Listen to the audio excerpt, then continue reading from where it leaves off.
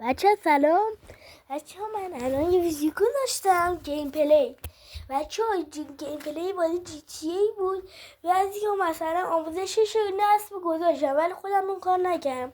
حالی که بفهمین چجور جی تی ای آنلاین نصب کنید، گیم پلی جی تی ای آنلاین بود. اینه بچه ها، شما این عبارت رو میتونید دو مایکت کنید. اگرم نخواین، که اگر فکر میکنین زیاده نمیتونین بنویسینش، میرین توی مایکت و مینویسین GTA آنلاین.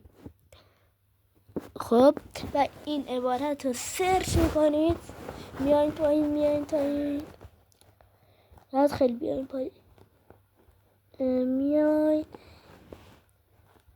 بچه. ولی خدایش بازیش خیلی باحاله و خوبه. من الان ویدیو رو دارم آپلود میکنم و بچه دارم الان همین سرچ کنید، یکم بیاین پایین. آناش اینه خیلی بازیش خوبه، اکشن هم هست. بچه بریم تریلرش رو ببینیم، خیلی باحاله. بریم.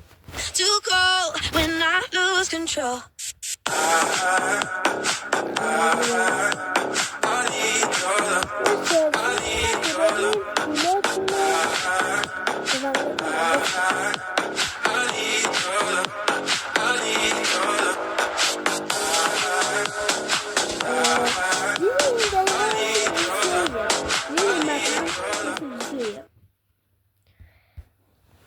بچه اینم از این تریلر، اینم خوشتون نداشته، اینم ارزش نفت.